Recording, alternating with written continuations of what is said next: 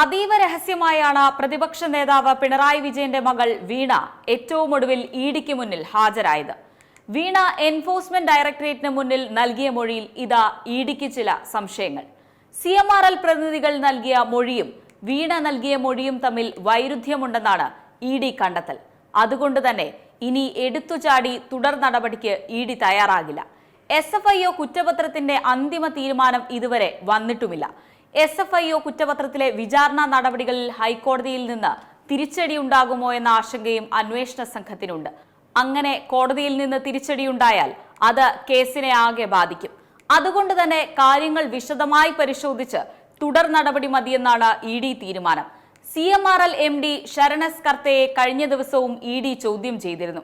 വീണയോട് ചോദിച്ചറിഞ്ഞ കാര്യങ്ങളിൽ വ്യക്തത വരുത്താനാണ് ശരണിനെ വീണ്ടും ചോദ്യം ചെയ്തതെന്നാണ് വിവരം. എന്നാൽ CMRLുമായി ബന്ധപ്പെട്ടവർ നൽകിയ മൊഴിയും വീണ നൽകിയ മൊഴിയും തമ്മിൽ വൈരുദ്ധ്യമുണ്ട്.